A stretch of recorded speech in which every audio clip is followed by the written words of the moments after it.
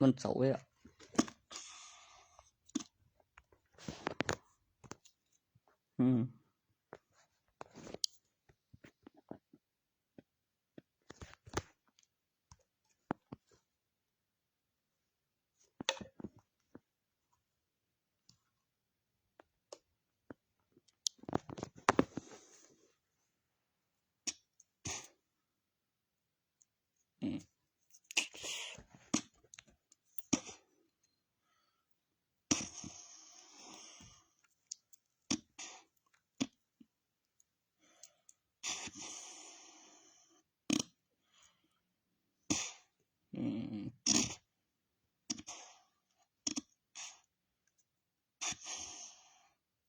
คุยจริงๆเลย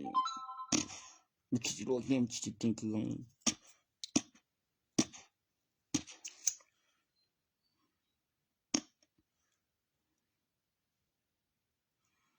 ของมึงนี่คือกวนตีนดีเนาะขอ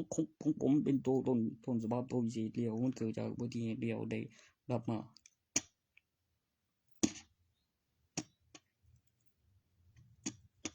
ตั้งที่รอแห่งนำตั้งเกิดก่อนเดี๋ยวนอนตายเนื่องจากการทางธรรมชาติแล้วไม่ยอมตาย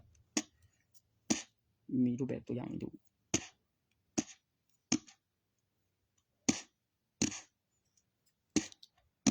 กล้องจรใกล้จากได้คนบนมาแล้วใกล้จากได้ได้คนบนก่อนจริงๆรถมาแล้ว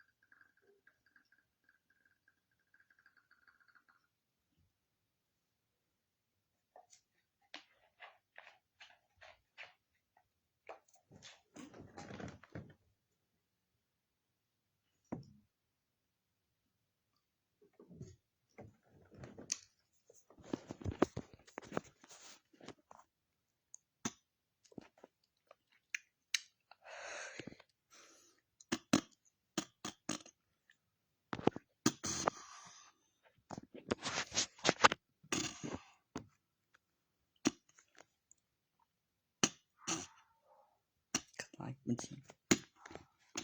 มี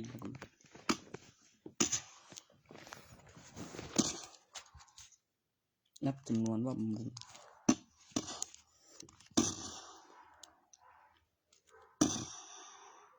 เงินซื้อมาสัมผัสปลูกเสกไม่เงินเป็นเงินหมุนเป็นเงินบุญกุศลสมเป็นเงินแปรรูปปลูกเสกปรุงรสที่คำรูปแบบตัวอย่างแผนป้ายการจดจำการพัฒนาที่แรกเป็นของมีแผนป้ายการจดจำการพัฒนาของแผนป้ายวัดพลังจิตประทานระบบที่สมดุลสมบูรณ์แบบมหัศจรรย์ขณะมีการสะสมของพลังและมีการเจริญเติบโต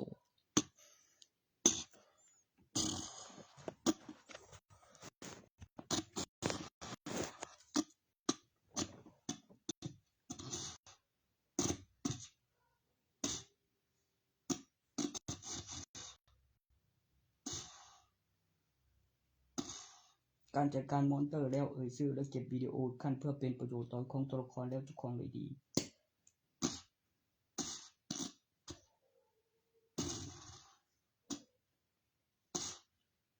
เพื่อเกิดความมหัศจรรย์แล้วสัมผัสถึงแรงดันวิญญาณ มีการสะสมของพลังของจำนวนตัวเลขแล้วเทสป้ายแผ่นป้ายวัดพลัง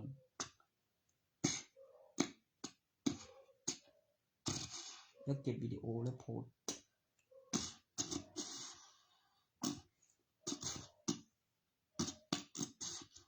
โอ้ยเดี๋ยวนี้ชื่อเลยจะทุกคนด้วย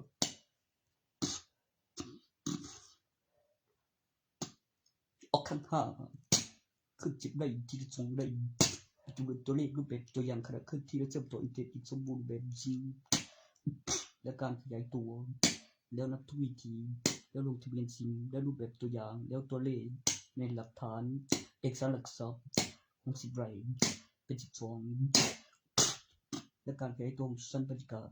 และรูปแบบตัวอย่างขณะเคลื่อนที่และเชื่อมต่ออินเทอร์เน็ตสมบูรณ์แบบและมีการพัฒนาขึ้นระบบวิดีโอและคลิปวิดีโอแล้วเชื่อมต่อเข้ากับเอกสารหลักทรัพย์ปกติแล้วขึ้นที่2ไรที่ไม่นั่นประโยชน์มันบ่นตัวเลขเคลื่อนที่ของ10ไร่เป็น12ของ1ปีแน่นอน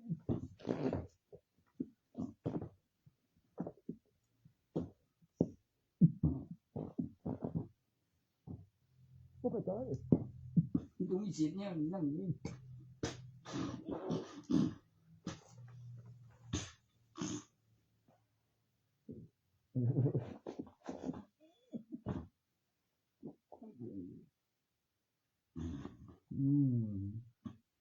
มันต้องบ่มันเข้าใจเลยคุณดูแค่นี้เลย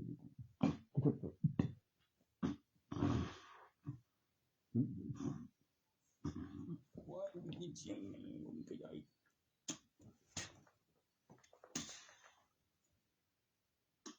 มันคงจำคันเลย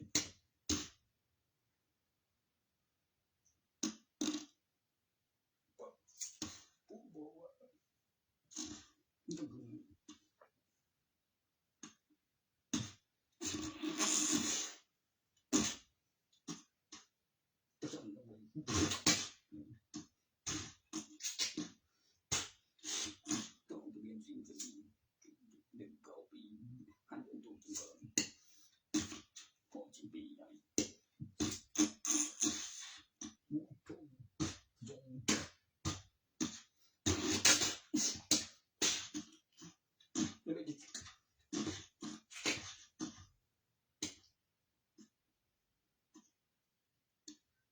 ยิ่งอ้างยิ่งได้ยิ่งมีหลายยิ่งดีแม่บ่มีมันกันก้าวใหญ่จังล่ะอันใดดี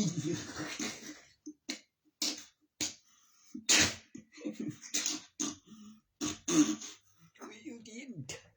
คุยอยู่กินอ่ะคุยอยู่กินอ่ะคุยอยู่กินอ่ะคุยอยู่กินบ่เราได้แน่บ่ว่าเขาว่าจะต้องอะไรนี่บ่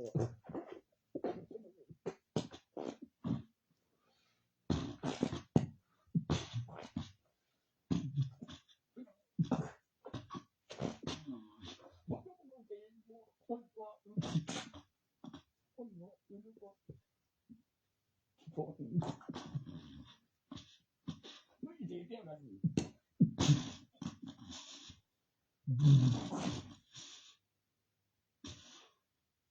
ฉันวิ่ง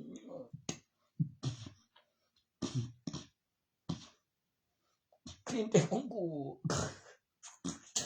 คือตัว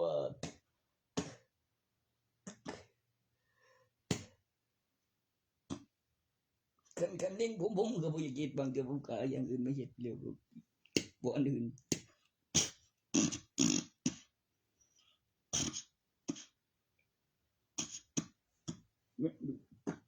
บ่เกือบปวดหัวผมหลับเกือบหามหลีไปนอนในมหาวิทยาลัยกับโทรหาปิดเครื่องได้บ่เกิน12ชั่วโมง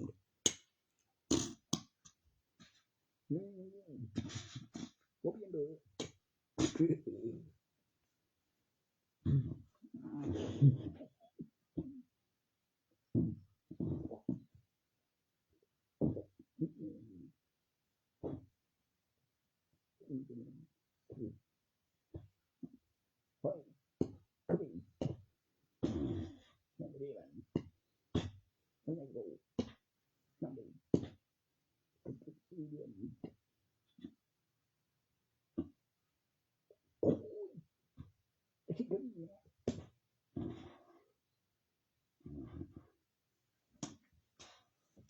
แผ่นดินไทยกำลังมีการวิวัฒนาการ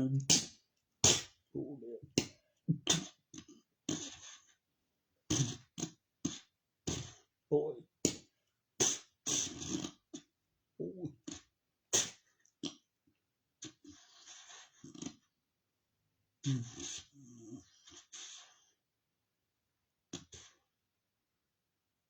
วิวัฒนาการ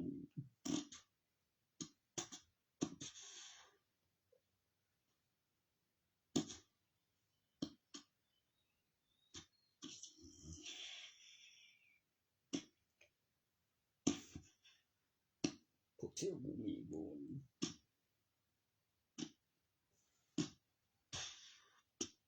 คือได้อัปเดตเวอร์ชันคำอธิบายการขยายตัวการเจริญเติบโต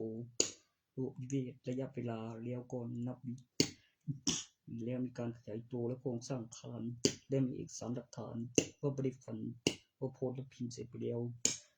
ก็บอกไว้ไม่รู้ตัวต่อเข้ากับสิ่งเนี่ย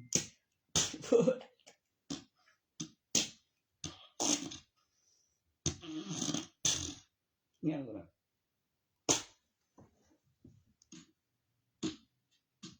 คือไอ้บ่ฟุกไปไม่ได้ละคือจะของเย็นละโอเค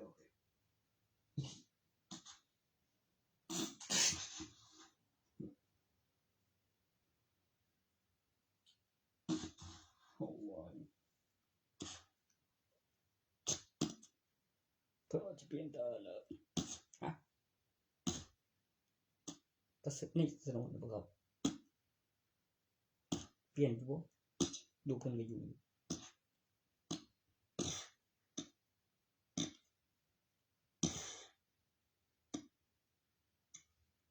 บ่นะผมว่าผมสิบ่เปลี่ยนตัวของผมเฮ็ดบ่ครับไว้ประกบก็เพิ่นว่ามีเบิ่งแล้วก็วัดข้างเมื่อแต่ครบรูปได้กับใบทะเบียนบ้านแล้วมีรูปบัตรประชาชน1เกียงมีครบรูปว่าเบิ่งกูว่าแม่งมันคือสิว่าจังค่ารูปมันโอ้ยพอดีคือรูปมันว่าครับบ่มีเบิ่งในทางในอยู่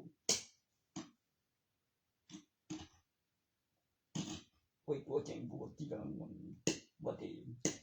โดยทางไอ้ครูนี่มันตาย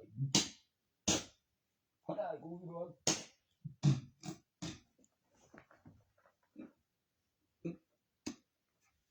ว่าของอยู่จังคนยังงอนแต่อันนี้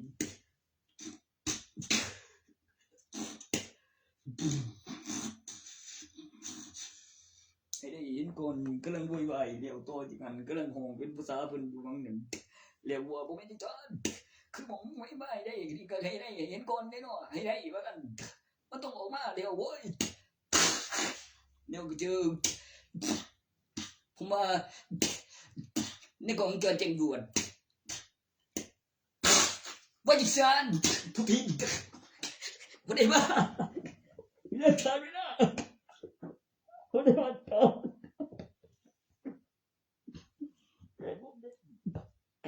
คุยตื่นตีน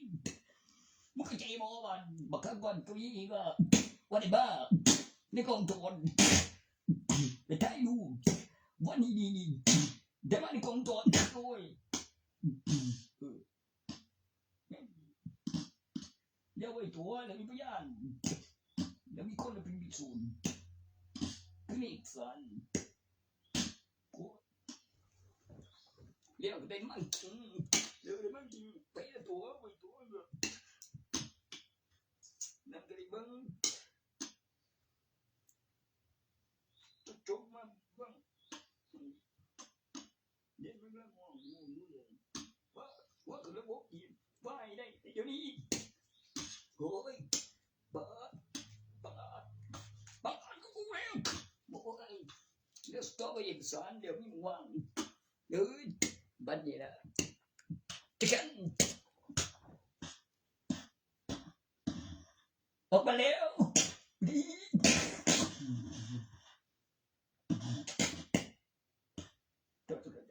ไม่ใช่ให้ได้เห็นก่อนมันที่ละคือบอกไม่เบิ่งได้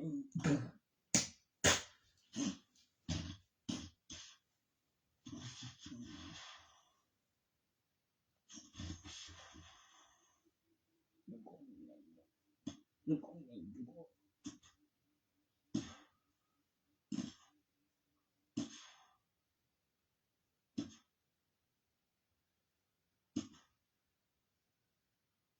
แต่โดนแล้วนึกของไงตัวที่มีอยู่นี่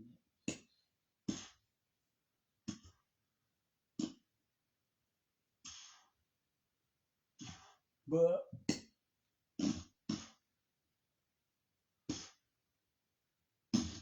มาเลยขึ้นตัวที่ได้ไว้หรือจะพอเช็คเอาได้ยินก็เวลาเกิดกฎหมายเดี๋ยวจิกโดนคนไม่อยากเดี๋ยวได้เลยไม่อาทิตย์เป็นประโยชน์เดี๋ยวบุกการเจ้งบัวกูจะรู้ได้ยังไงตัวเจ้งบัวว่าเราทันกันมึงไม่ลืมบัวโอ้กูจะได้นั่นกูโดน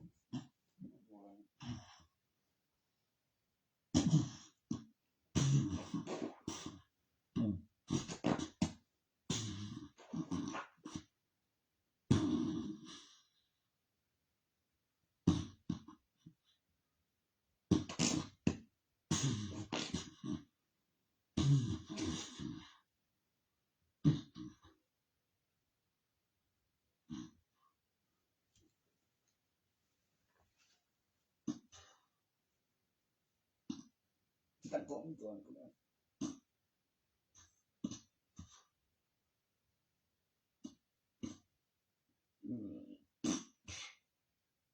เฮ้ยจะมาฟัง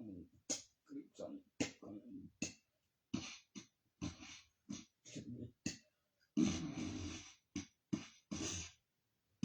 พูดข้าวคลิปละเอียดเกิน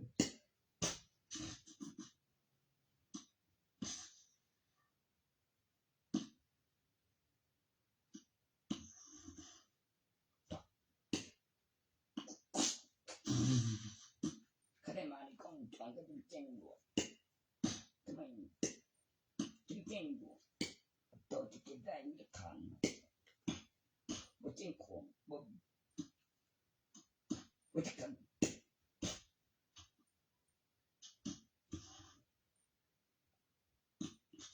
มันมีน้อยมันพันอยู่บ้านเลยมีการเจริญเติบโตไปติดสิ่งเป็นที่เกิดขนาดจะมันมีอะไรมาคือลูกเด่นไม่ใช่กระตุ้น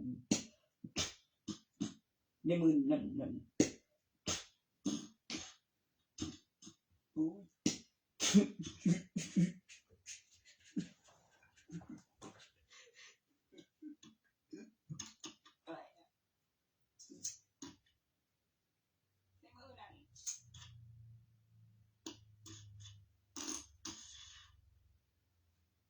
ผมก็บอกอยู่ได้ว่ามันเป็นลูกแก้วที่มีพลัง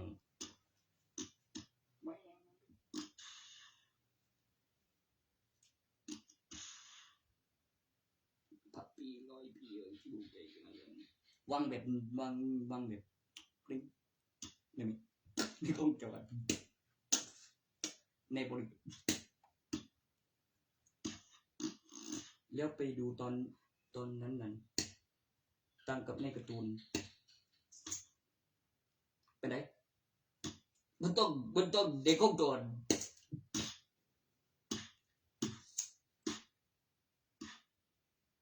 ไม่ใช่กับตาใดนั่นแหละโอ้ใครจะได้ไปซูนเป็นเนาะเป่าลงมาก็ตกบ่เป่าก็บ่แตกดอกตกลงเป่าก็บ่ตกลงแตกดอก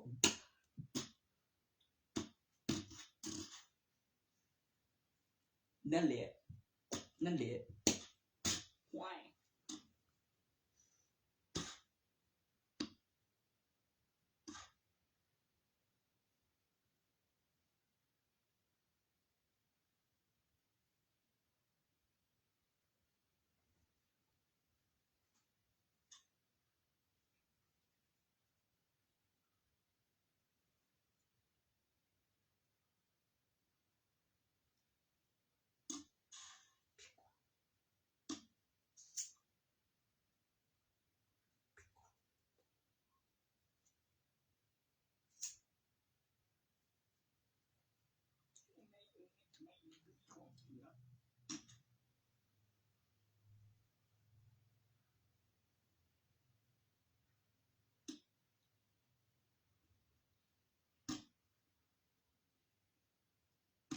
พิพิธภัณฑ์มีชีวิตนี่มีเลี้ยงยามคืนเราสิอยู่หม้องเก่าบ่แล้วเราสิบ่ต่อยามเว้นเองบ่ก็บ่ได้ไปต้องหามาก็สิว่าของผู้ใดสิไปนำยากได้มันก็สิไปเอาตัวบ่จริงที่มาไว้แทนบ่โดนไปอย่าไปจิโอ้ยบ่มีบริเวณบ่บริเวณหยังล่ะมันได้พื้นเดียว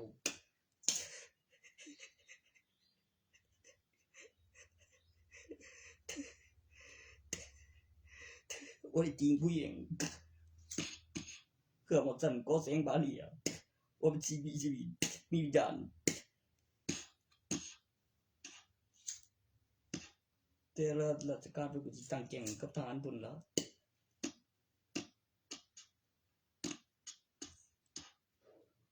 เจติเนี่ยคือขึ้นมาต้องมีล่ะว่ามีวิดีโอว่าตรงนี้บ่เข้าปงลูกติดคนพยานว่าวิดีโอไว้เรียกว่าใส่กระทานโอเคได้บอกว่าบุยว่าตัวแม่มีเขาบุงมีลูกติดคนพยานมีตู่คงแม่งเอ้ยโอ้ตัวบุยมันอยู่ไทยบุยแล้วเก็บมึงอยู่ไหนกูจะยังว่าวิดีโอ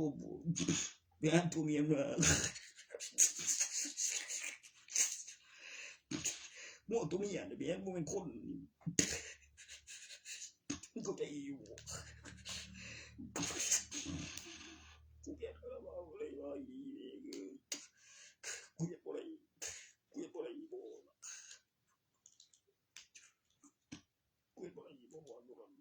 กูตัวส่งอุปกรณ์มันสิมีจะโดนเนาะ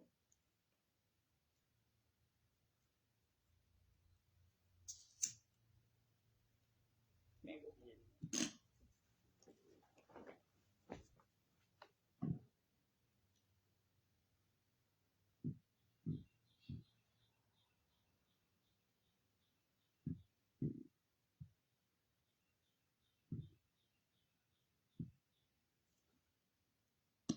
คือกูใส่บุกกันงัวได้นั่นกินพืชมันบ่ได้ไปแย่งเสือกินเด้เสือมันกินเนื้อโอ้มันบ่ได้แย่งเสือกิน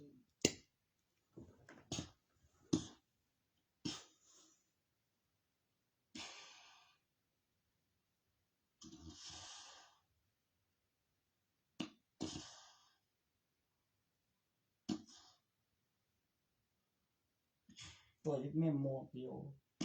กินเลยแล้วลูกปั่นบ่มึงก่อนจะ จะแจ้งความจริงคือรถวิราชจิราก็แจ้งความไปก่อนแล้วเสียงบ่มีคือซื้อผิดนำเลยโอ้ไปแจ้งความมาใจเย็นก่อน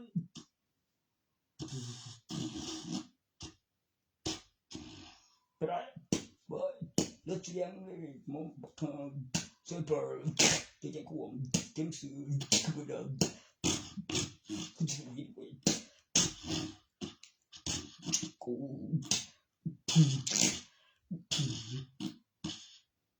คือคนแจ้งความมาเชื่อตัวนั้นบ่ตัวอังกรนี่ทั้งน่ะบ่มันอยากให้กระด้างน่ะบ่โอ้ยมันคือสิไปหาคือเรียนผู้ผู้สิไปหาไอ้คนเดียวแม่งบ่รู้จิราโดนแล้วเขาตีกูได้คือสิตีมึงอีมันบ่ตัวมันตายจิรา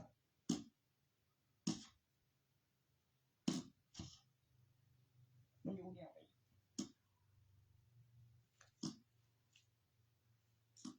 ดู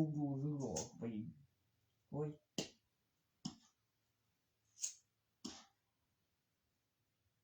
บ่บิดคือไปไกลคนหูละ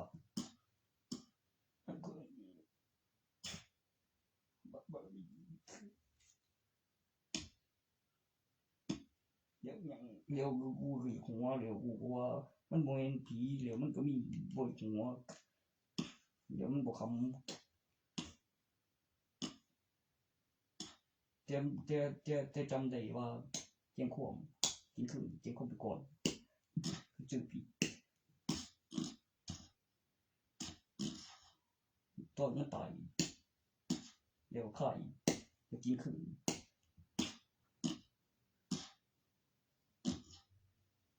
มันก็บ่ตายตอน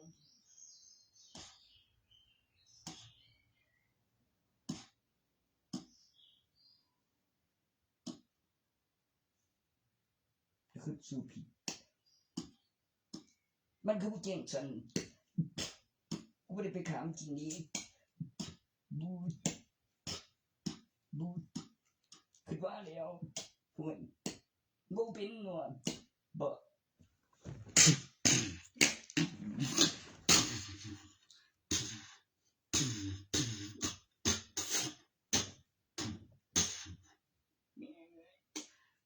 กูตีนกูอีมันมีแบบคือเน้นขี้เกียจแห้งไม่ได้นำไหน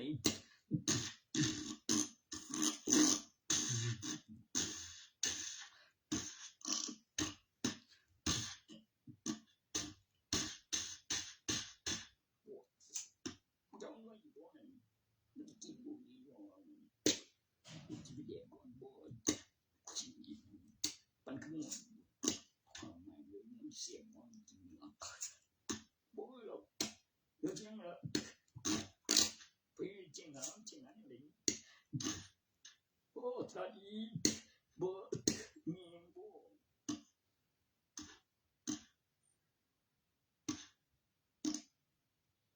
ตัวกันเนี่ยมันก็เป็นเด็กโกเด้งเป็นอังกฤษมีบ่เฮ้ย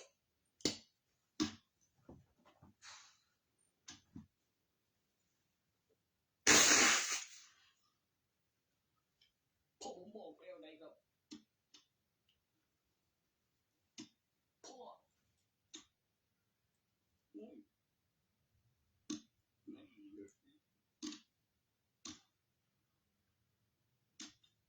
มีอยู่พอตัวคือมันจะมาอีกเก่งๆก็มีไป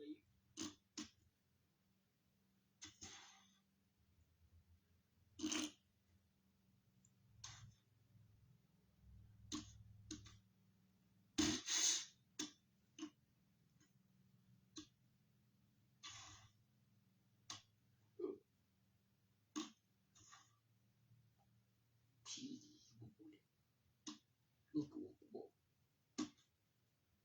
พอดี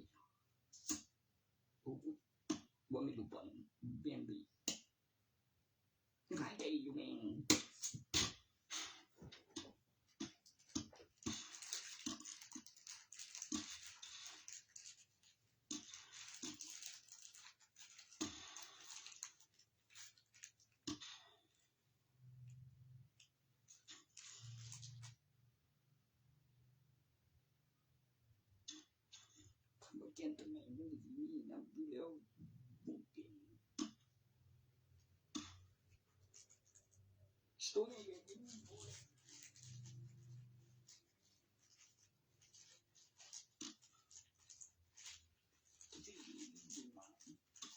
ตัวนี้ต้องมี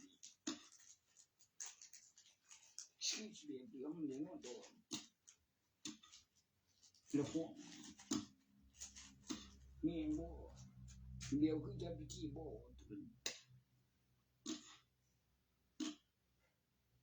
มันแม่นหยังบ่มันมีชีวิตบ่คือสิให้วิญญาณ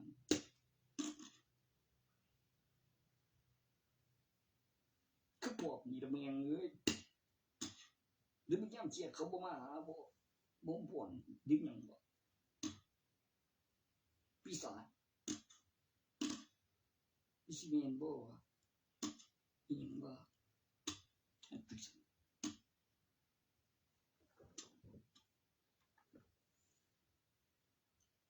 บักแบกบ่แม่ง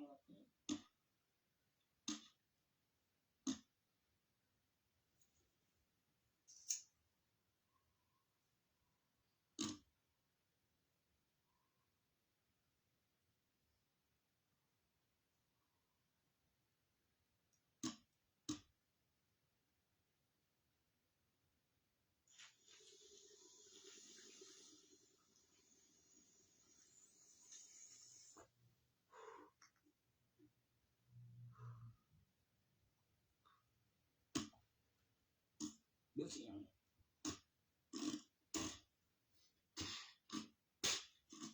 คือว่าเลยล่ะเดี๋ยวสิหยังเดี๋ยวมันจะแจ้งความใหญ่มาจนมันมีกฎหมายคือแจ้งมันก็ไว้คันคืออีกบ่เดี๋ยวสิหยังอีกแม่นคือจังว่าผิดกฎหมายโอ้ยจังซี่มันก็แจ้งความไปก่อนเด้คือโอ้ยไปกันไปก่อนบ่มีอันนั้นคือมีการแย่งพยาน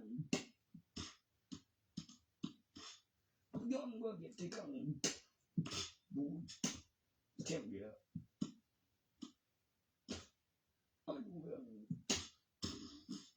ก็ได้บ่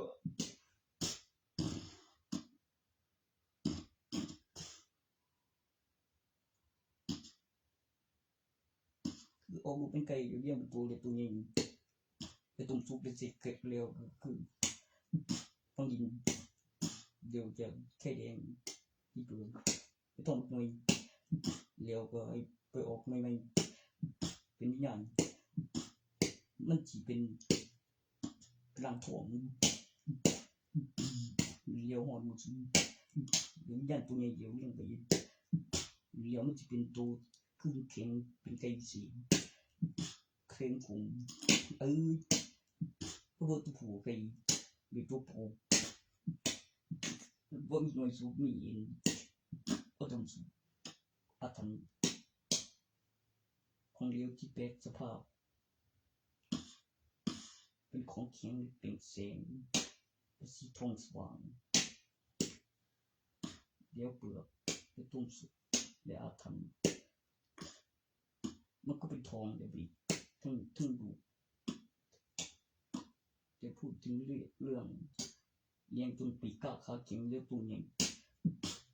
เดี๋ยวตกเดี๋ยวฟังดีโอ้ตะแล้วตั้งชื่อ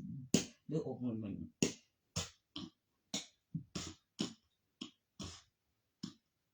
เขาเรียกทีแล้วมันจะเป็นพิธีโบสถ์บาลาไอ้เป็นเด็กตอนเด็กบ้านเราเลยมันอายก็เดินไปมันต้องขึ้นถึงใครมันนั่น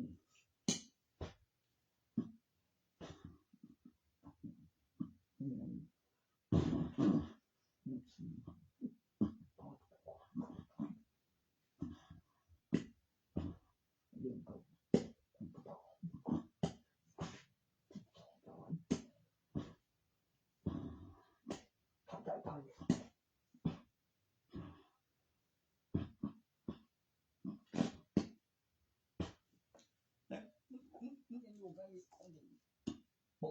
ยรายการเกิดเลยโบ้ยนี่โบ้เดี๋ยวจะต้องการโคเดี๋ยวกะบีมันบ่สัตว์นี่น่ะบ่เกเป็นมันเอาเดือยถ้ามีโคยิดเหลียวปีบุญแล้วก็ยังเอาไปได้แล้วกันปีบุญเกี่ยวคาโลโกเดจิแล้วก็มันเอาที่นี่แล้วก็ต้องเลยเล่นก่อนคุยเปล่าแต่ก็ยังเงินบ่อยแล้วก็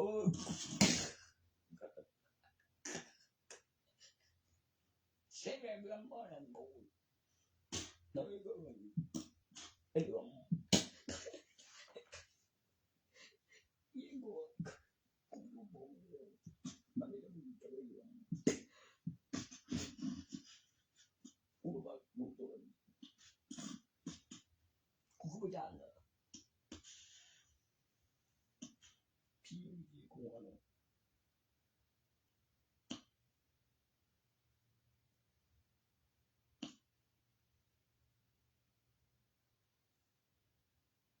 ตัวอยู่ในป่าอีเหลือเสียงได้มั้ยครับเดี๋ยวแจ้งความจริงคืนดีเด้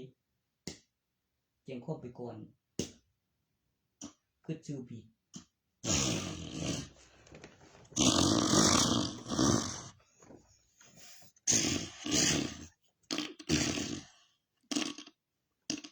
บ่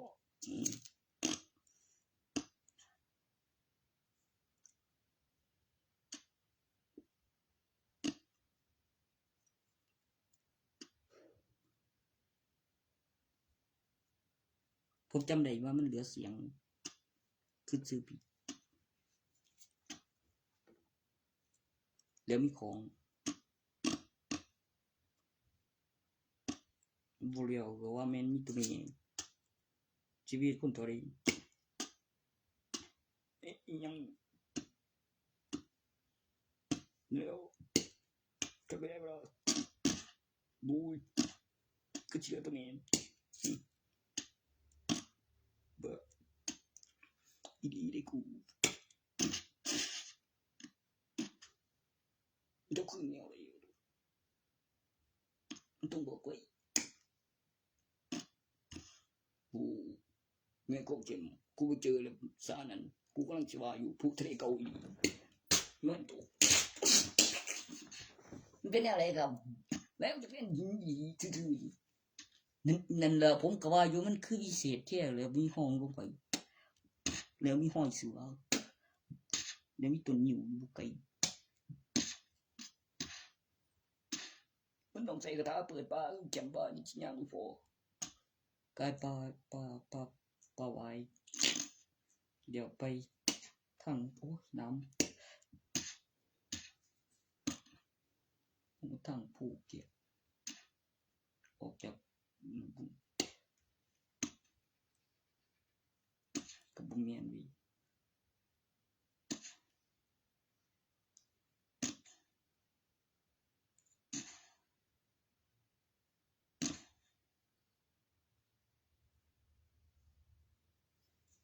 ตอนลงไปทางลาวก็ไปพ้อมองพลานหินเดี๋ยวมีคือก็ไว้เดี๋ยวอยู่ถึงหินแล้วก็มีหินให้นอนถึงเดี๋ยวสัตว์ปีกตัวใหญ่ก็ตีปีกยามคืนย้อนหยังย้อนหลายยามผมหลับ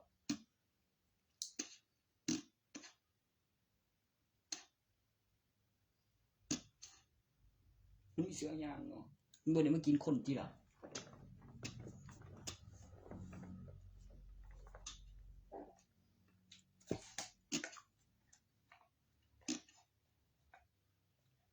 มันมีหนังตอนนั้นออกมาที่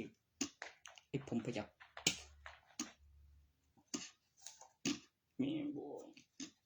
เดี๋ยวยังเดี๋ยวก็คือว่าคืออินเดียไปเสา ปืนนะผัวของ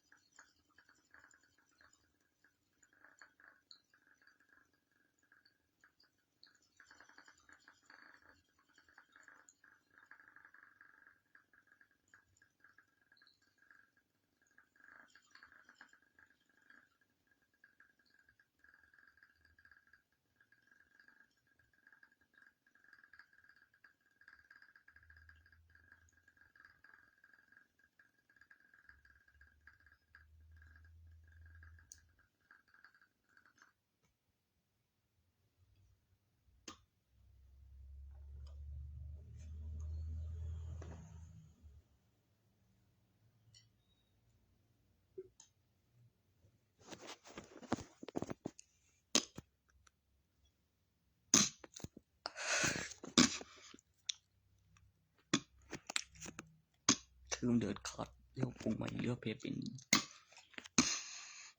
ที่ประเทศจีนได้ยินแล้วแต่เป็นก็ยังไม่ตายในสมัยนั้นก็เหลือเสียง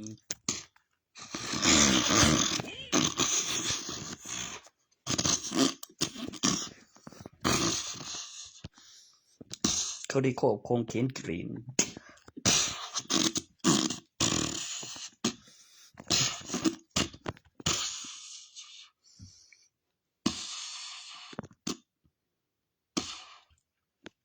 ก็ไปคิดดูจากท้ายยังไม่จบงาน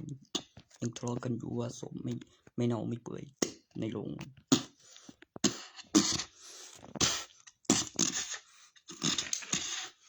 มึงว่าไม่กูยึดต่อเกียนใจโกกสั่นต้องทางเล็กถูกบดูดมันจิบุฝืนก่อนเด้งได้หรือรูปแบบตัวอย่างโอ้ยบุดาวไปงามในโรงโอ้ยก็เจ้าเห็นปืนกลับมาบ่ได้เด้อปู่เอามันยังใส่ขาเอาอีศพอีกดิว่าบ่ได้เอาไปวิเศษได้